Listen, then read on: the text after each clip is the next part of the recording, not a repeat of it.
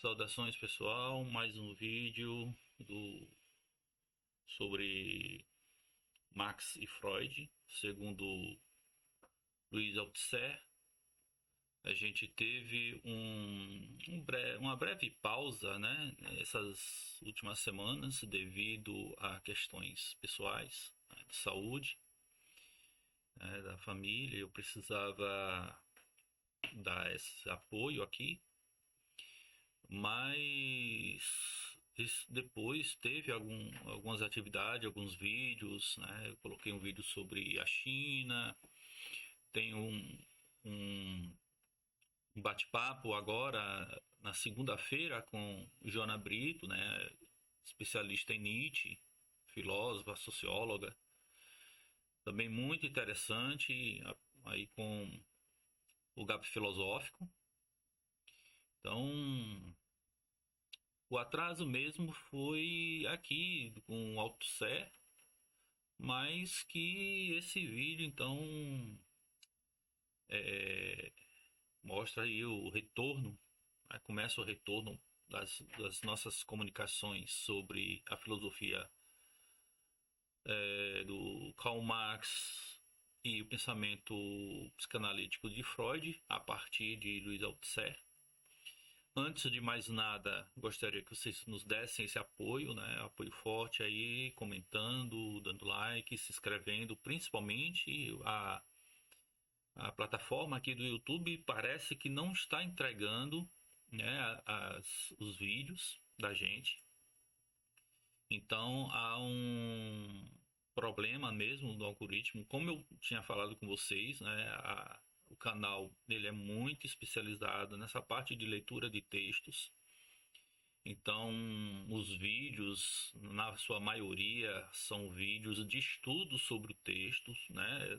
A leitura, desenvolvimento do prazer da leitura do texto filosófico, né? Fora outros vídeos também com palestras, comunicações, né? Discussões com outros autores, professores renomados, reconhecidos pela academia, mas o canal é basicamente tem uma proposta de leitura do texto filosófico e psicanalítico, né? E parece que o algoritmo não trabalha legal para a gente, não colabora. E aí eu gostaria que vocês dessem esse apoio, que eu acho que é muito importante para quem gosta, quem está curtindo. Quem quiser também dar alguma contribuição na parte financeira, tem o nosso e-mail psicocinética@gmail.com, se vocês quiserem também fazer contribuição, se vocês acharem que é importante, se vale a pena, certo? Então é isso, a gente está retornando aqui essas atividades e acho que podemos realmente fazer alguma coisa interessante dessa forma. Antes de mais nada, também eu gostaria que vocês, além de olharem, assistirem os vídeos, comentassem, né, trazessem algumas questões, se vocês estão gostando, se não estão gostando. Né? Eu acho que isso também é muito importante para a gente modular, né, e desenvolver algumas estratégias também interessantes. Eu sei que o som às vezes falha, né? Às vezes o som não fica muito bom, às vezes sai com um ruídozinho metálico e tal. Mas isso é devido ao equipamento mesmo, né? Um equipamento muito sofisticado, né? Um canal que está começando agora, então investimento para essas coisas são pouco caras. E a gente vai tentar melhorar, né? Assim, à medida que a gente também pode conseguir esses equipamentos, tal, tá bom? Microfone, às vezes também que dá problema. Então é isso, tá bom, pessoal? Então a gente parou da última vez no 11º capítulo, né, do Freud Marx, que a gente terminou no último vídeo em superdeterminada, né? superdeterminação, né, como um sistema aí desenvolvido por Lyoto-Se a partir da leitura de Karl Marx. E vamos então para o próximo parágrafo. Quem está com dúvida, aí vai ter que fazer um retorno aos vídeos anteriores, né, para a gente também não atrasar muito, tá? Então começa assim: seriam suficientes, né? Deixa eu só mudar aqui o aspecto aqui da tela. Pronto, beleza. Às vezes eu esqueço desses detalhes, gente. Aí, vamos lá. Seriam suficientes essas afinidades filosóficas para dar conta da comunidade teórica que existe entre Marx e Freud? Sim ou não, né? O filósofo aqui coloca uma questão, né? Seriam suficientes essas afinidades filosóficas, né, entre Freud e Marx que dê conta de explicar, né,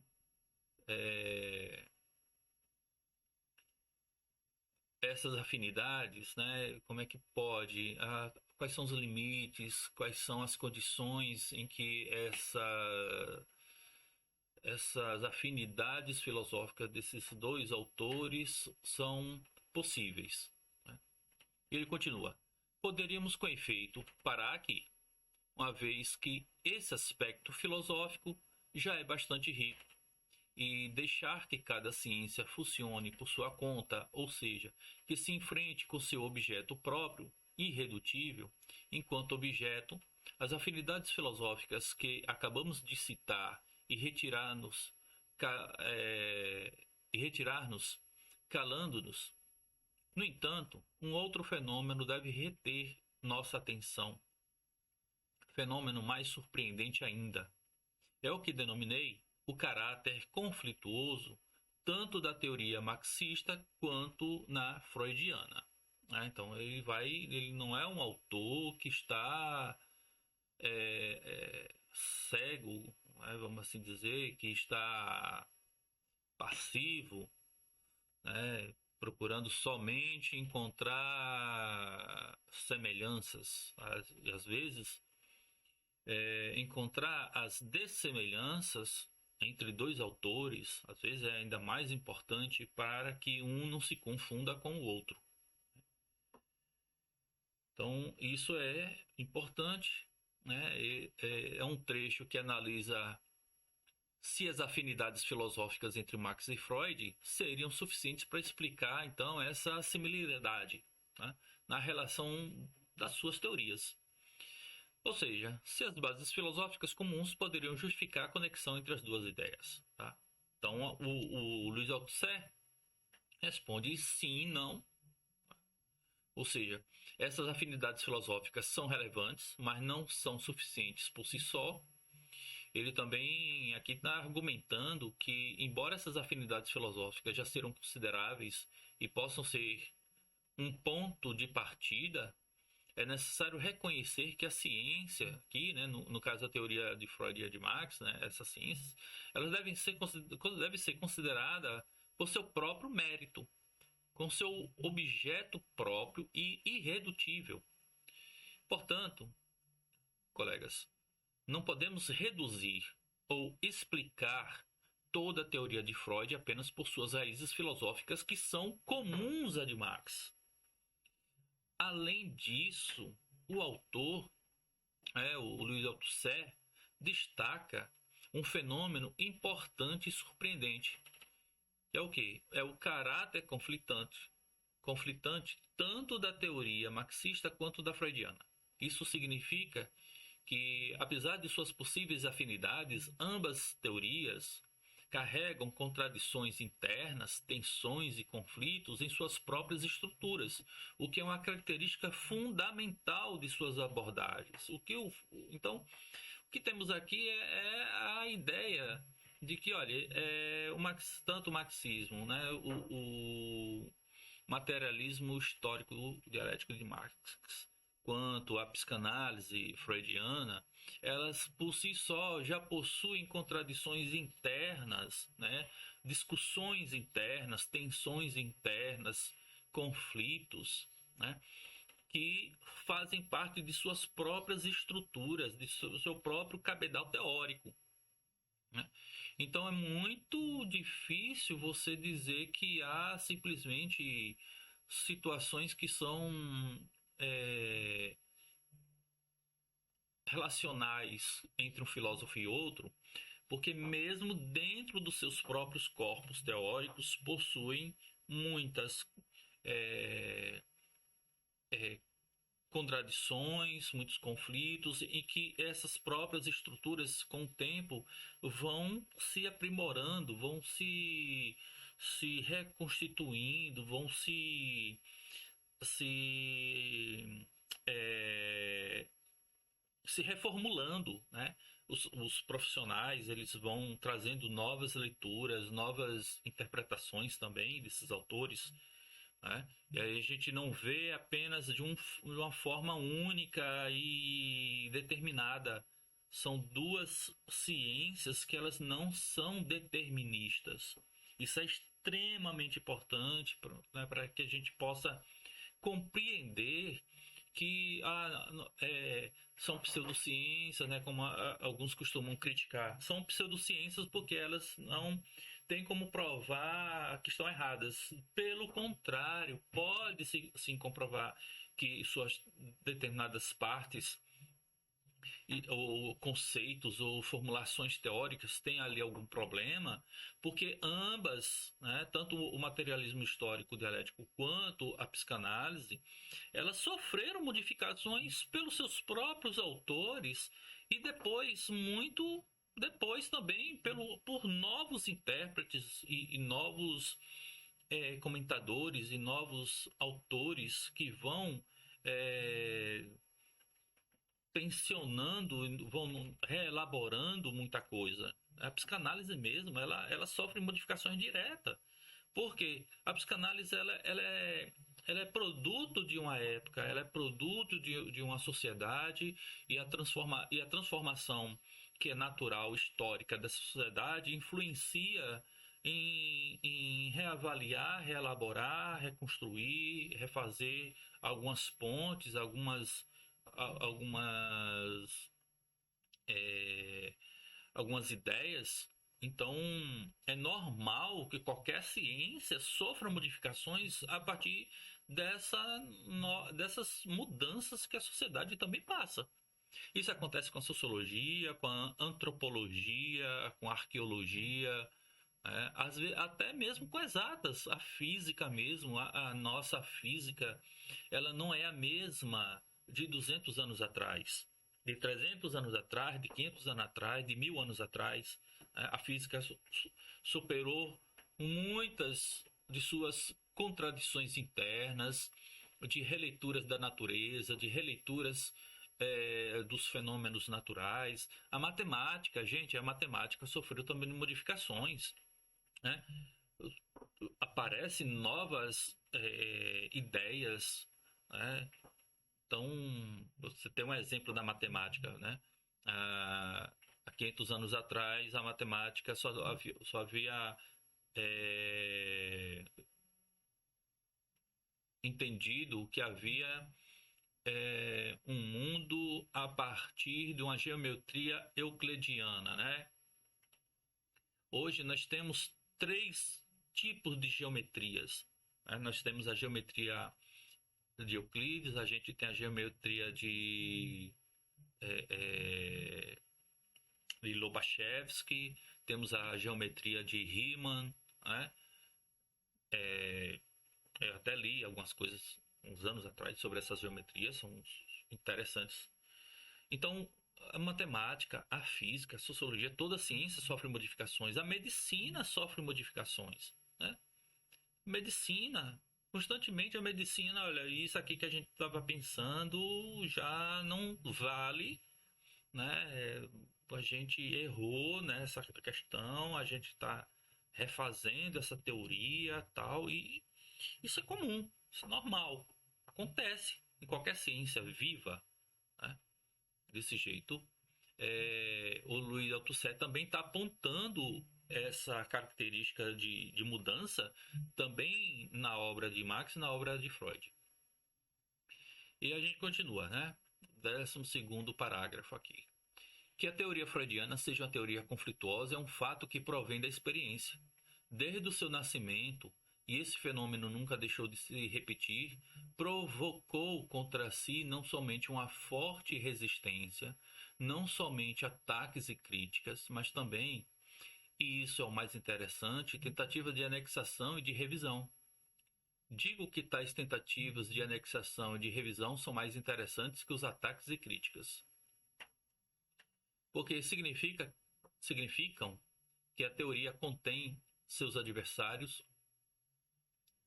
o confessam, seus adversários o confessam, algo de verdadeiro e de perigoso, onde não existe nada de verdadeiro, não existe tampouco nenhuma razão para anexá-lo ou revisá-lo.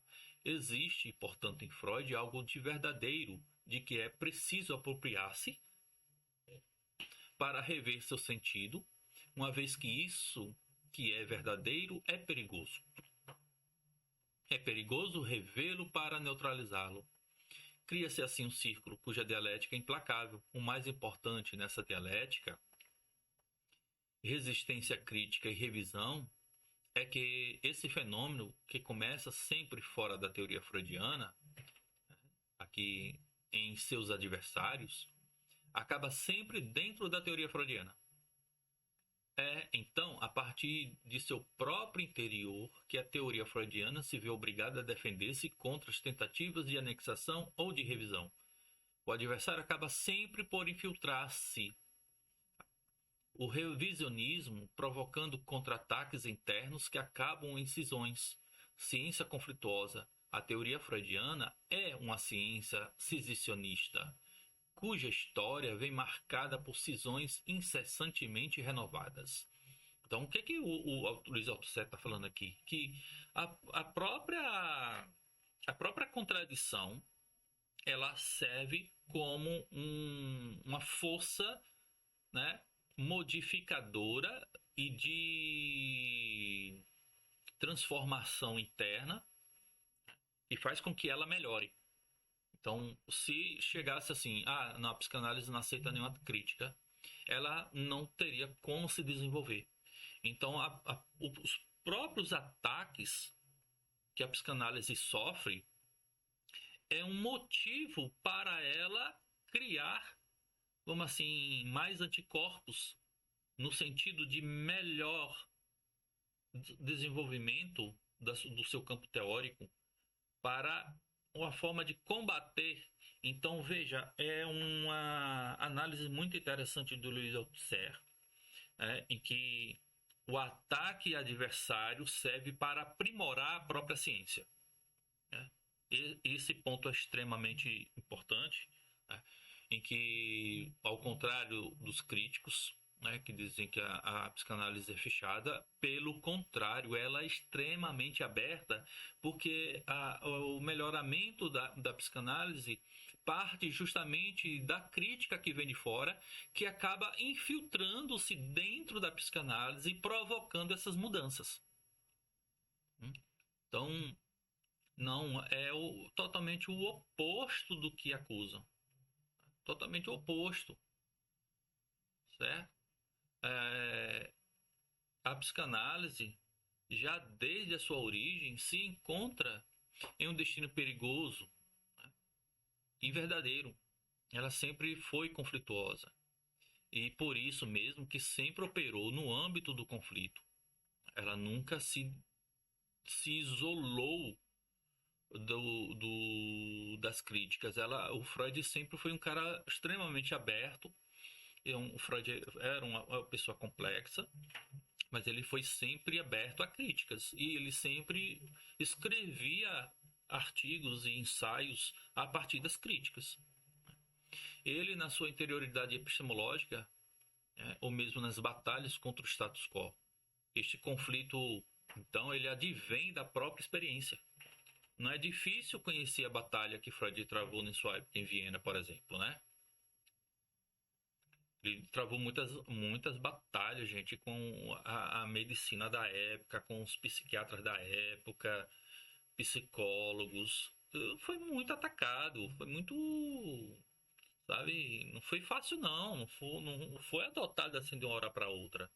Foi muito trabalho, por isso que Freud sempre estava escrevendo, Freud sempre estava produzindo, né, e publicando ensaios, artigos, livros, justamente para dar resposta às próprias críticas, né? Então, nessa época havia uma forte presença, por exemplo, da moral vitoriana, certo? E que a psicanálise combateu, né, nesse sentido de mostrar que determinados comportamentos não eram necessariamente de cunho moralista, né, consciente das pessoas. O comportamento ele era muito mais complexo, né? Além disso, teve uma forte intenção de revisão, né? E é interessante também as tentativas de anexação desse processo. Então, esse ponto é ainda mais importante porque se houve muito, né, a tentativa de revisão e anexação, porque porque é uma verdade na teoria, então não é bem assim, né? Então, isso demonstra que um movimento interno da psicanálise é um movimento dialético, né? É um movimento dialético. A leitura crítica da obra de Marx e Freud, então ela permite perceber que a teoria freudiana, mais do que um sistema conceitual coeso e acabado, se constitui historicamente como uma ciência marcada por tensões internas. Gente. O trecho em questão evidencia esse aspecto ao afirmar que é então a partir de seu próprio interior que a teoria freudiana se vê obrigada a defender-se contra as tentativas de anexação de revisão, né, em que o adversário acaba sempre por infiltrar-se. Então, a imagem da ciência conflituosa aqui, ela é cisionista, né? Ele mostra isso, que traduz uma característica fundamental da psicanálise, que é o quê? Sua incapacidade de permanecer estática diante das pressões externas e internas que interpelam, né? Ela não é imune.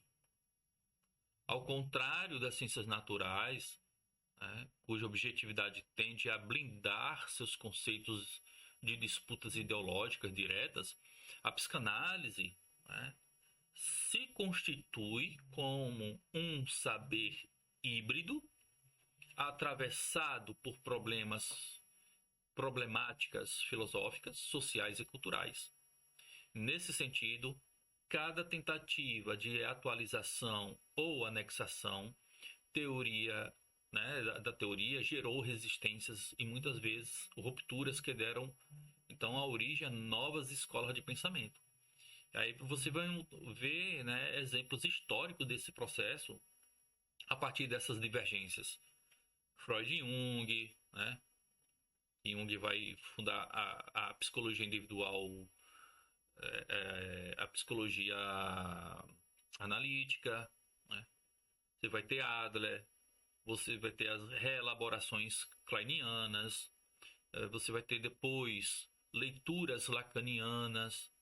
Então, cada movimento de revisão provocou não apenas deslocamentos conceituais, mas também cismas institucionais, certo? Que fragmentaram o campo psicanalítico em muitas vertentes. Então, essa dinâmica não deve ser vista apenas como fragilidade.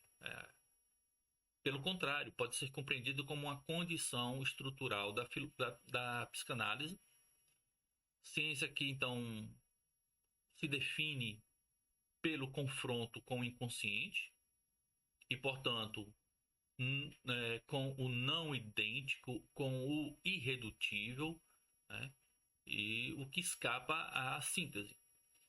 Da mesma forma que Marx concebeu a história como atravessada por contradições e lutas incessantes, a psicanálise se mostra em sua trajetória uma teoria que sobrevive precisamente porque não resolve suas contradições, mas as reescreve em novos contextos.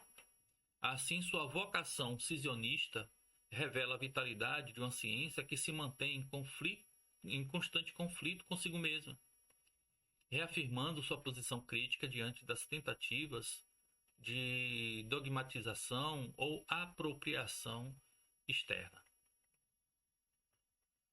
Ou seja, a psicanálise freudiana não se apresenta como um corpo unificado e fechado, mas como uma prática teórica permanente tensionada entre a fidelidade à herança freudiana e as necessidades de revisão que sempre precisam ser feitas devido às demandas históricas, né? Devido às contradições históricas também, né?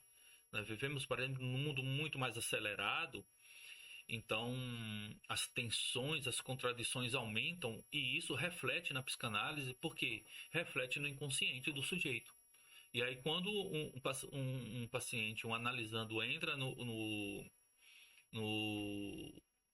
na clínica e verbaliza essas contradições internas a partir dos seus conflitos na sociedade contemporânea, isso provoca no analista uma reelaboração do seu entendimento teórico a respeito daquele fenômeno.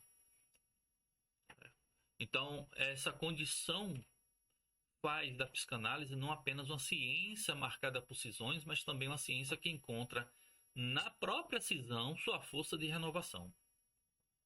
Então, a teoria freudiana comprovada, né, a partir dessa obra, né, de Louis Althusser, que articula Marx e Freud, ela revela-se uma ciência marcada por esses conflitos internos constantes, né, cuja história é permeada por cisões renovadas recorrentes do revisionismo freudiano, né? Então, essa ciência conflituosa precisa ser defendida não apenas por críticas externas, mas pelas próprias tentativas internas de revisão e adaptação, o que vai provocar debates e rupturas.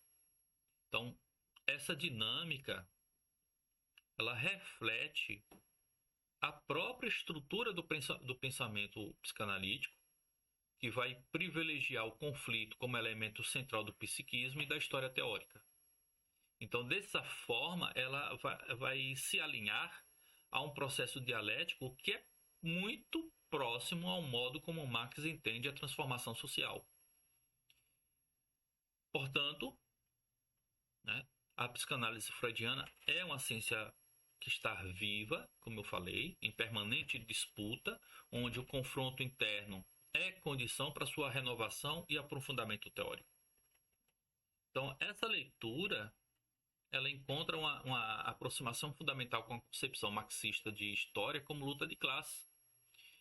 Se para Marx a sociedade não se organiza sobre uma harmonia pré-estabelecida, mas sobre antagonismos estruturais entre classes sociais, o desenvolvimento histórico só pode ser compreendido a partir desses embates incessantes que não se resolvem definitivamente, mas se transformam em novas formas de conflito.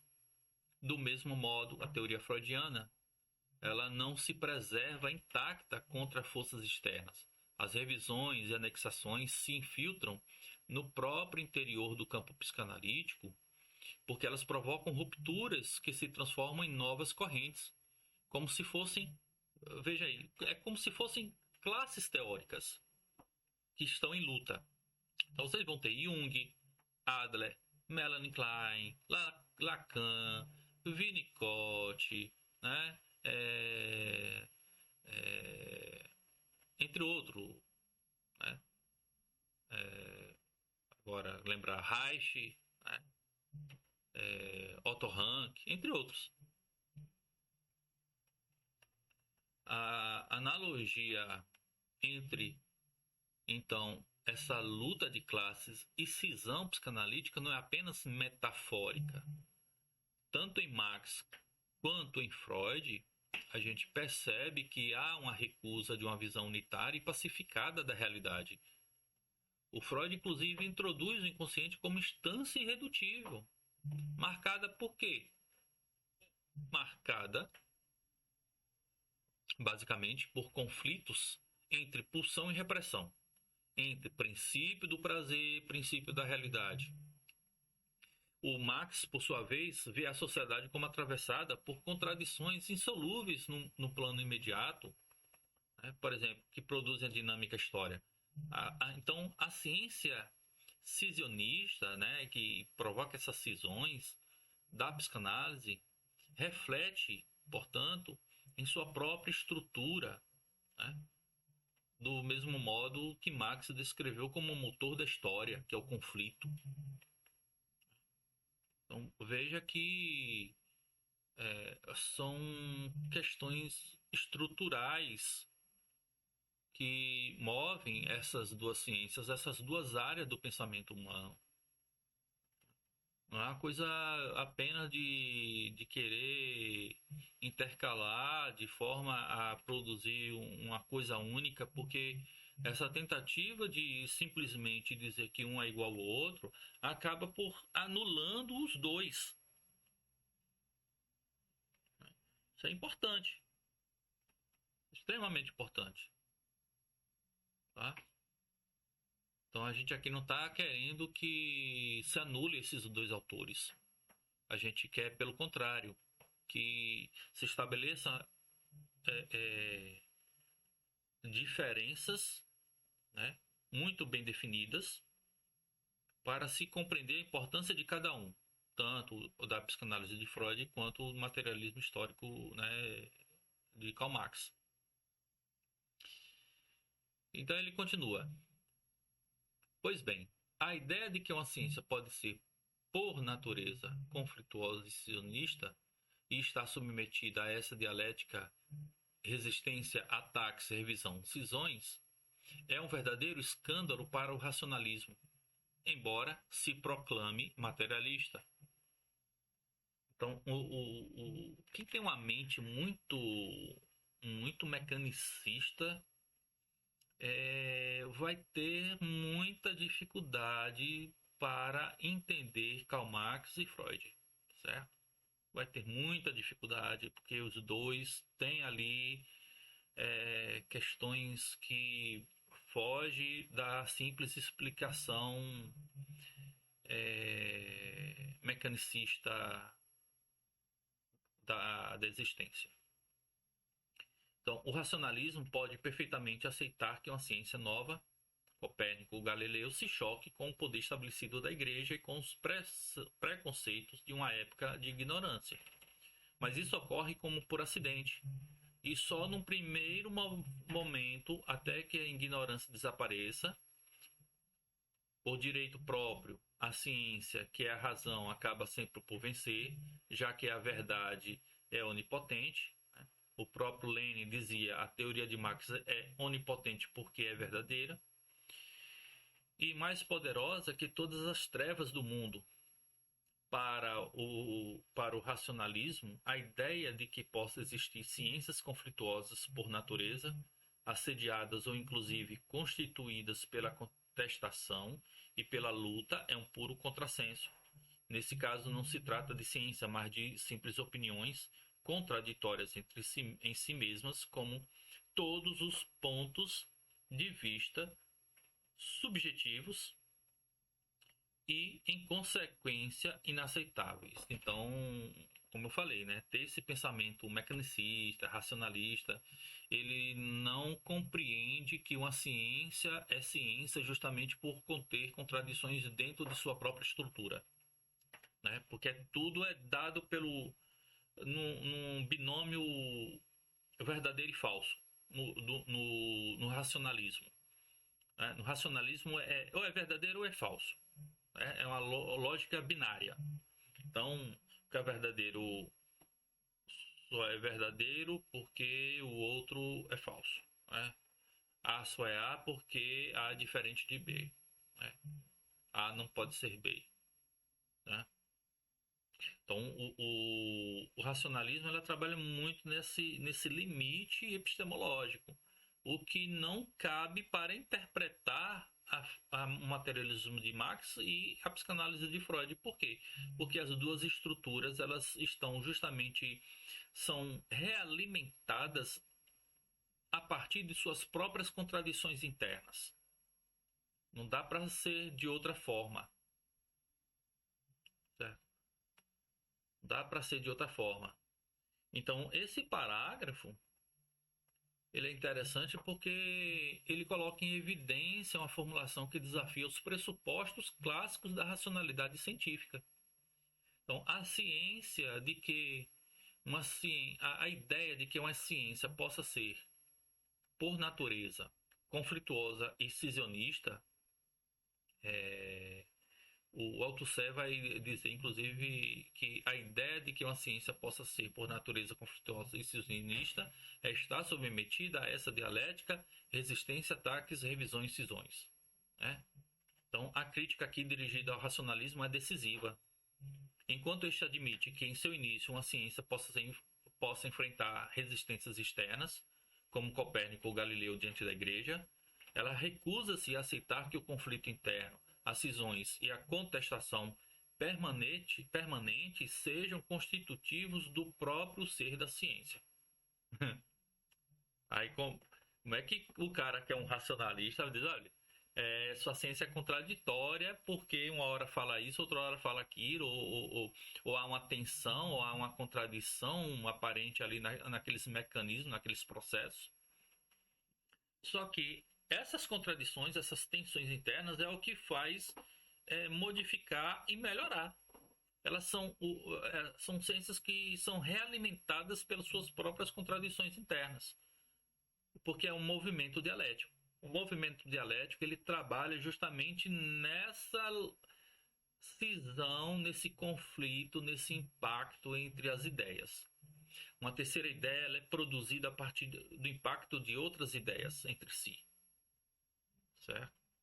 Então, esse contraste torna-se ainda mais claro quando articulamos com a tradição freudiana e marxista.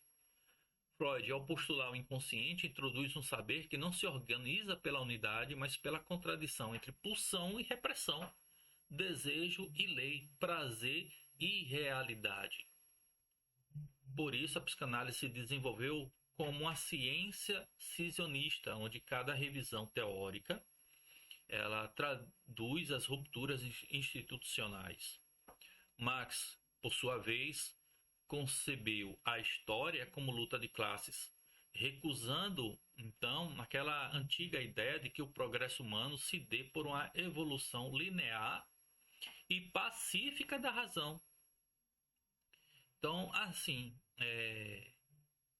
como não existe uma sociedade reconciliada sem antagonismos, tampouco existe uma psicanálise sem revisão e dissidências. Em ambos os casos, a contradição não é, pessoal, um defeito a ser superado, mas a própria condição de vitalidade da teoria.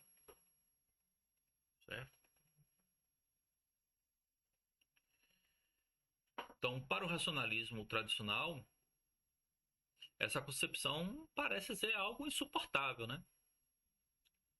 Se a ciência é razão e a razão tende naturalmente à verdade, então a existência de conflitos permanentes pareceria reduzir a ciência ao estatuto da mera opinião. Então, a verdade, nesse horizonte, né, do racionalismo, deveria impor-se de forma unívoca e universal. Contudo, o que a história das ciências humanas revela é que determinados saberes, e entre eles a psicanálise e o marxismo, não podem ser pensados senão como práticas que são atravessadas pela própria contestação. Então, a ideia de uma ciência conflituosa não é uma anomalia, mas uma expressão da realidade de objetos teóricos que se constituem no próprio interior da luta. Certo? Interessante, né? Essa formulação, ela aproxima Marx e Freud de modo muito interessante. Ambos instauraram rupturas epistemológicas que não se resolvem em sínteses harmoniosas, mas que inauguram campos de conflito permanente.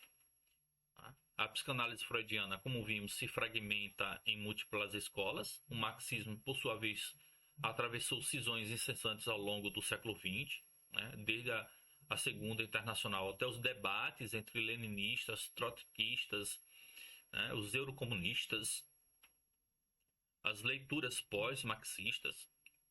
Né? Temos agora o ecocomunismo, né, que Freud nem se debruçou tanto sobre o tema da natureza, da proteção à natureza como hoje, mas vocês verem como a coisa sempre está se renovando, né? Então, em ambos os casos, não se trata de debilidades acidentais, mas de manifestações de uma lógica estrutural, né, que é a lógica da contradição como um motor do pensamento. Certo?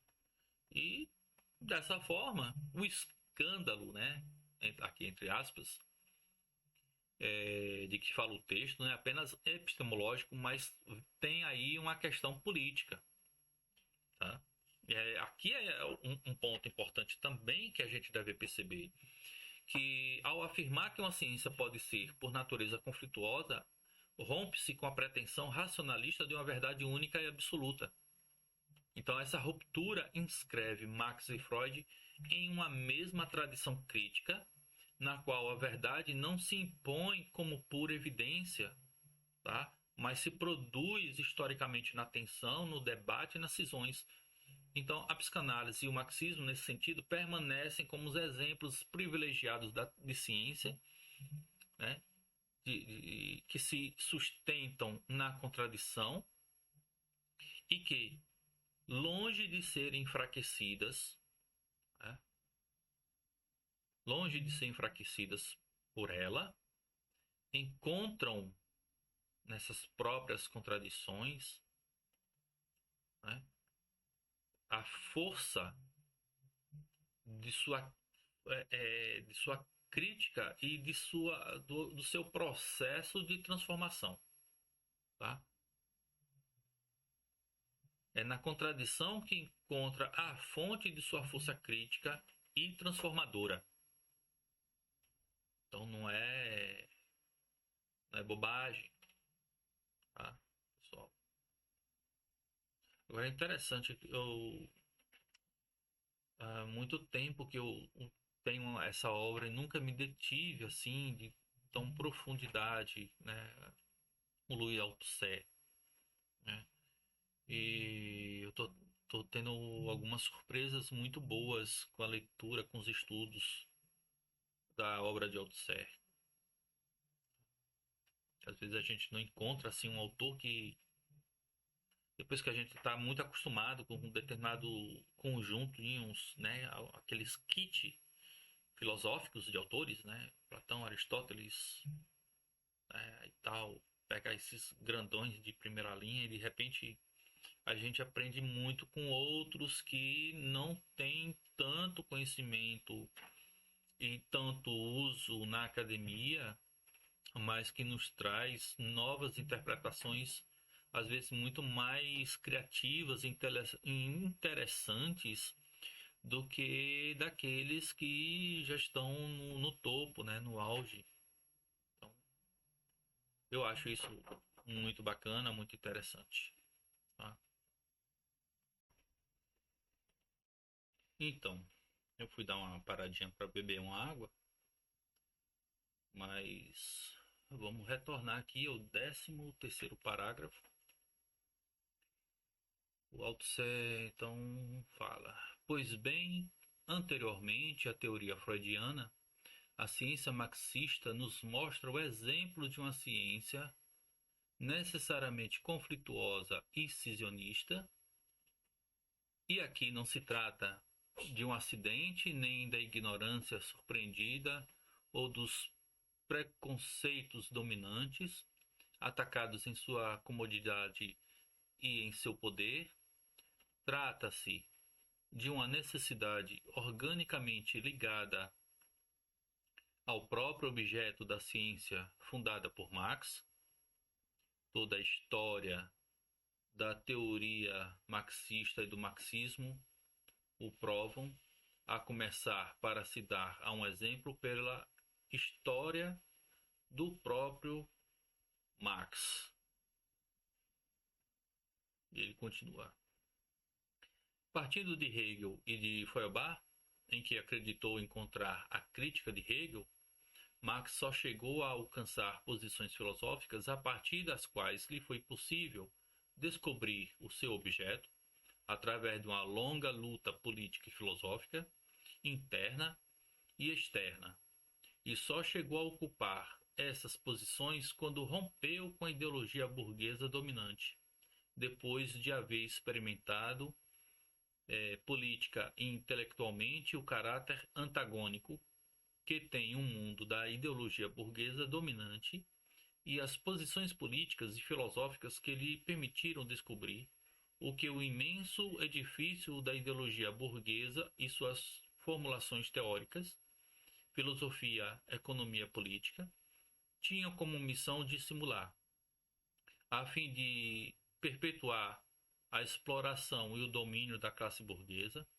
Marx se convenceu, assim, de que a verdade que descobria não tinha por adversário acidental o erro ou a ignorância, mas o sistema orgânico da ideologia burguesa, peça essencial da luta de classes, é, da luta de classe burguesa. Esse erro não tinha nenhum motivo para reconhecer algum dia a verdade, a exploração de classe, já que, pelo contrário, tinha uma função orgânica de classe, mascará-la e submeter, em sua luta de classe, os explorados ao sistema de ilusões indispensável à sua submissão.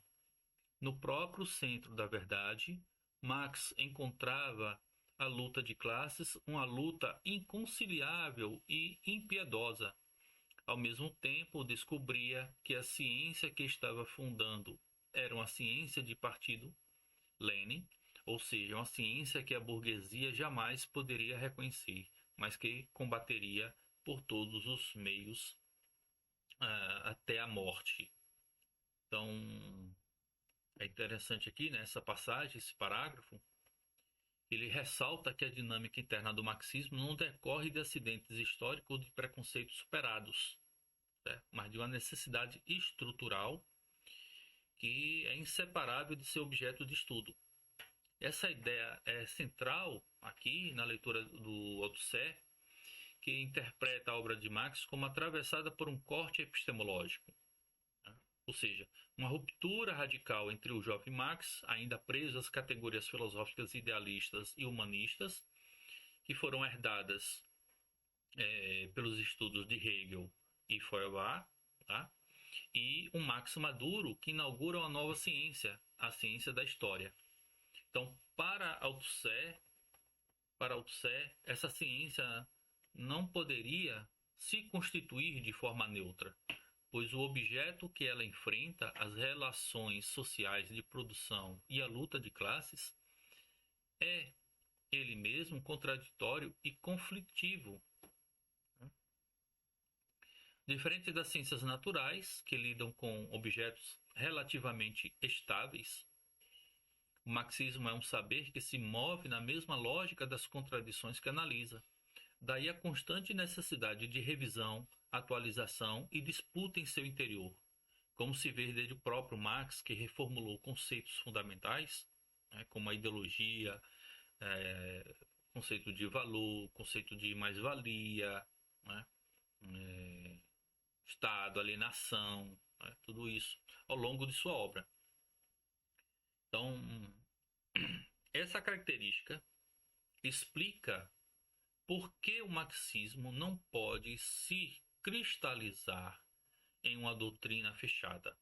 Sua vitalidade vem de ser, ao mesmo tempo, ciência e prática, tá? Inseparável do movimento histórico das classes. Assim, o que poderia parecer uma fragilidade, né, no seu corpo teórico, sua instabilidade, suas revisões internas, na verdade, né, na perspectiva althusseriana, precisamente a marca dessa força, já que revela a inseparabilidade entre teoria e prática revolucionária.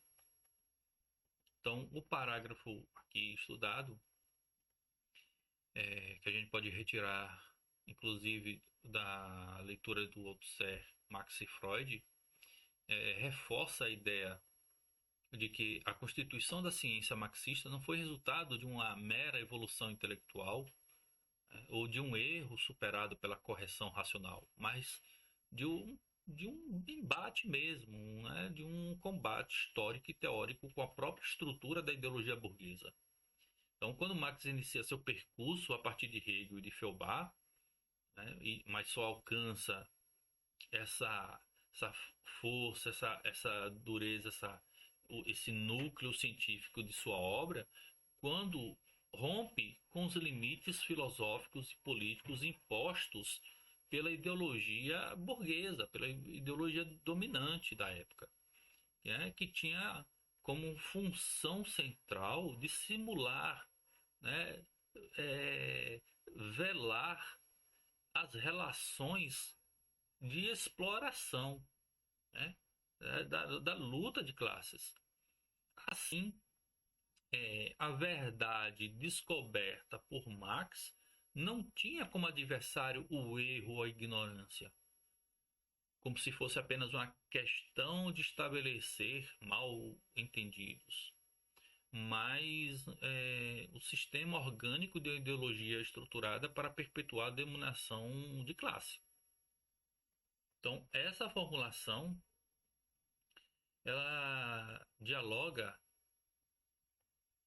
aqui diretamente com o trecho anterior analisado, né, que a gente analisou, no qual o Marx é caracterizado como o marxismo é caracterizado como ciência necessariamente conflitiva e instável, não por acidente, mas por sua ligação interna ao objeto que investiga. De modo que no primeiro trecho, a instabilidade do marxismo era apresentada como um traço estrutural da própria ciência, né, que é inaugurada por Marx. Aqui nós vemos a razão mais profunda dessa instabilidade, né? É o enfrentamento direto com a ideologia burguesa, que não é apenas um obstáculo epistemológico pontual, mas ela é parte integrante da luta de classes. Então, para Althusser, o corte epistemológico de Marx é inseparável de uma luta política e teórica prolongada, que desloca o marxismo do campo da filosofia especulativa para a ciência da história. Quem fala muito sobre isso também é o José Paulo Neto, né, que é um grande leitor, um grande intérprete de Marx. Ele fala sobre isso também, né? Muito importante. O José Paulo Neto é um dos grandes intérpretes de Karl Marx. Né? É qualquer um não. Então, assim, ambos os trechos se complementam, aqui ao mostrar que o marxismo nasce em tensão permanente, em combate permanente, seja pela natureza contraditória de seu objeto, as relações sociais de produção, seja pela resistência ativa da ideologia burguesa, que busca, né, aqui ocultar a exploração. Né? O Marx aponta essa tendência, né, da classe burguesa dizer que não há luta de classes, né? que, é, que é a esquerda que provoca essa cisão, que provoca essa luta, mas não, a luta de classes sempre houve, né? Desde que a história, todo apanhado histórico, todo apanhado histórico de todas as épocas sempre teve luta de classes. Então, não foi inventado, foi aqui desvelado por Marx, né? Por Marx e Engels. Então, o que garante sua vitalidade científica, né, do marxismo é justamente esse caráter conflitivo, pois ao contrário de outras ciências que se estabilizam, né, principalmente as ciências exatas, há mudanças, mas as mudanças são muito lentas. O marxismo ele permanece sempre atravessado pelo movimento real da luta de classes, tanto em seu conteúdo quanto em sua forma. Então, aqui o Althusser aponta essa coisa que é muito interessante.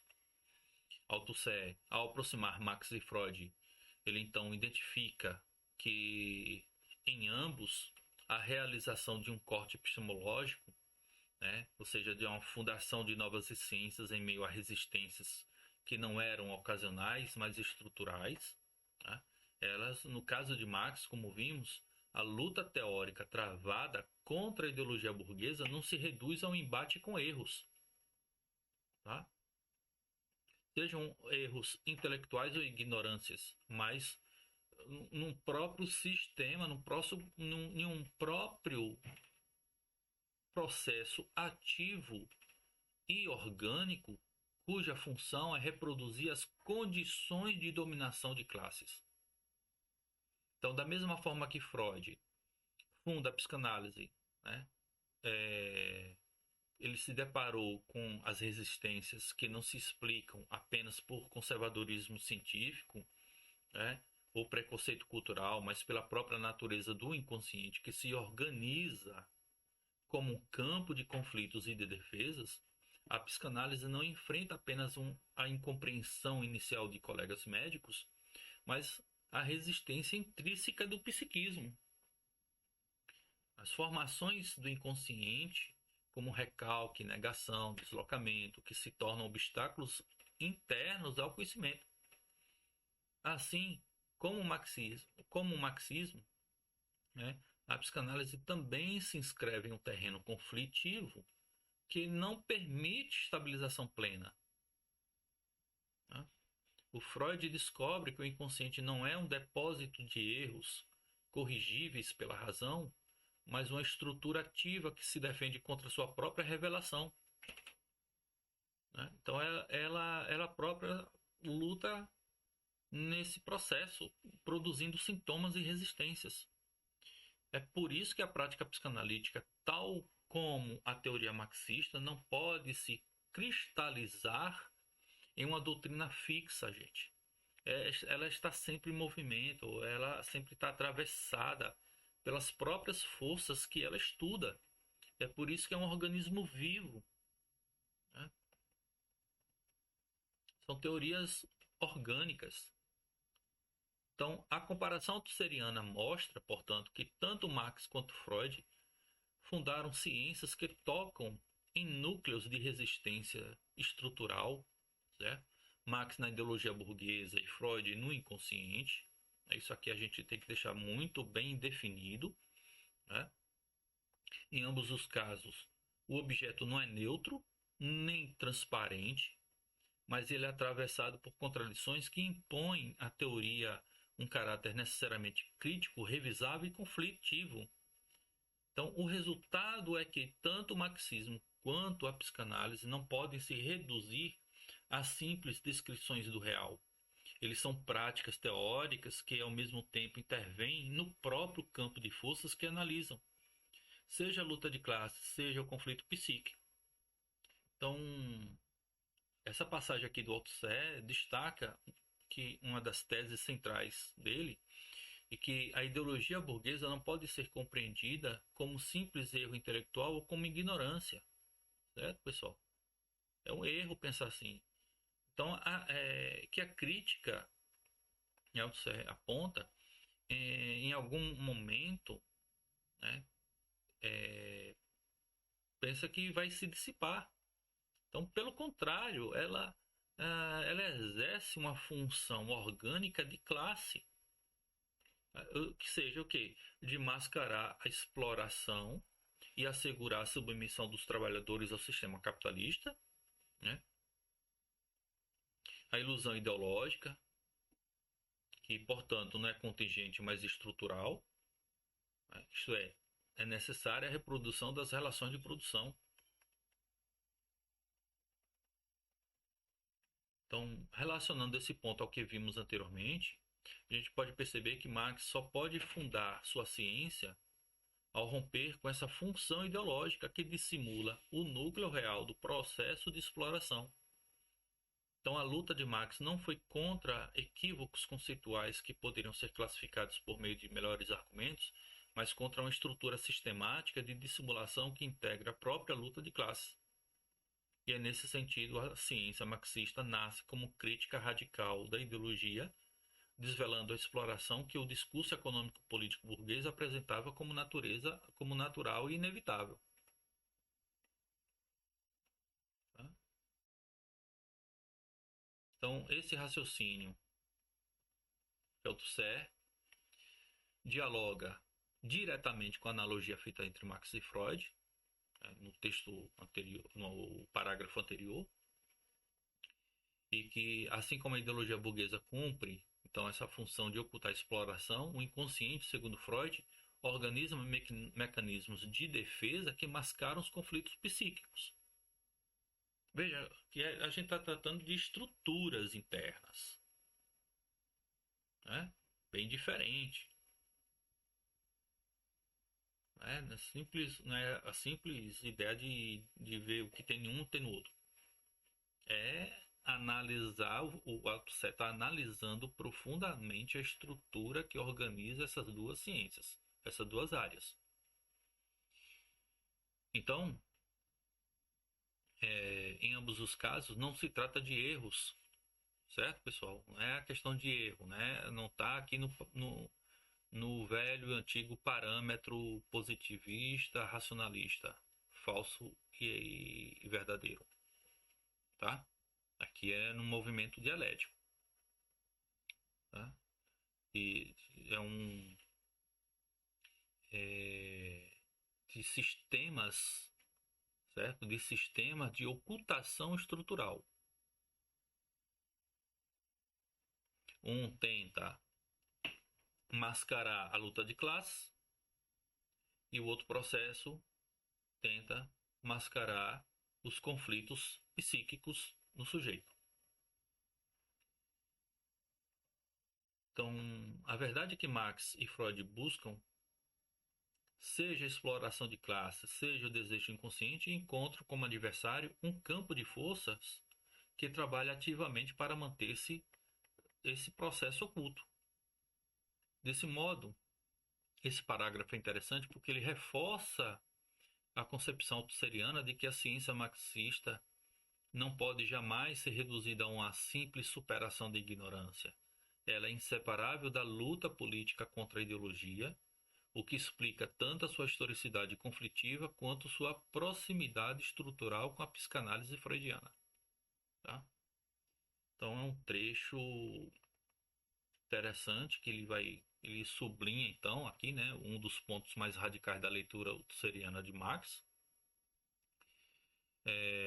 no coração dessa noção de verdade científica inaugurada por ele,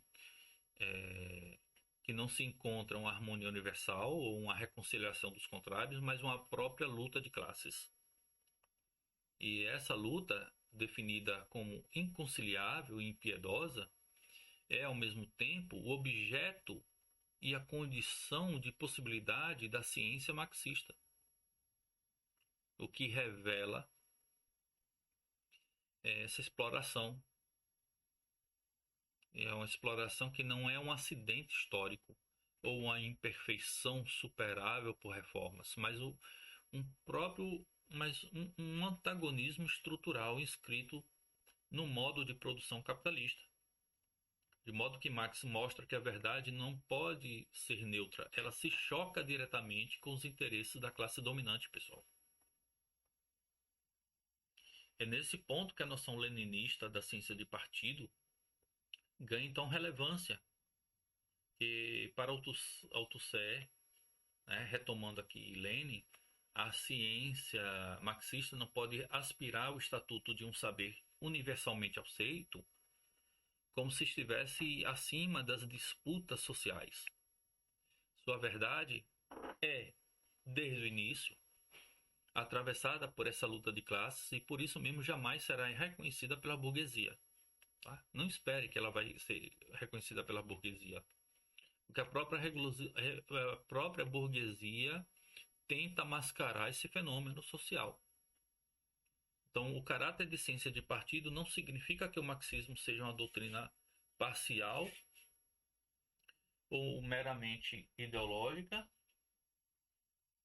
mas que sua cientificidade nasce em contradição direta com a ideologia dominante, assumindo-se como um instrumento teórico da classe explorada. Então, só para concluir, o trecho então complementa as análises dos parágrafos anteriores ao reforçar que o marxismo não enfrenta a ignorância, mas um sistema ativo de dissimulação que tem como função orgânica perpetuar a exploração, né? Então, é uma tendência a um desmascaramento do sistema. Dessa forma, Marx funda a ciência que não é contemplativa, mas crítica e militante, que ela é inseparável da luta social, da luta de classes. E isso explica tanto a resistência permanente à teoria marxista quanto a sua vitalidade histórica, ao invés de buscar uma neutralidade impossível. Então, ela assume seu lugar como teoria científica da luta de classes, destinada não apenas a interpretar o mundo, mas também, por isso, transformá-lo. Tá? Então, a gente conclui aqui. Lembrando, vocês pediram aquele favorzinho de se inscrever e dar like, esse processo todo. E próxima semana, ou talvez até essa semana, tenha outro vídeo de continuação dessa obra do Luiz Althusser. Valeu, abraço.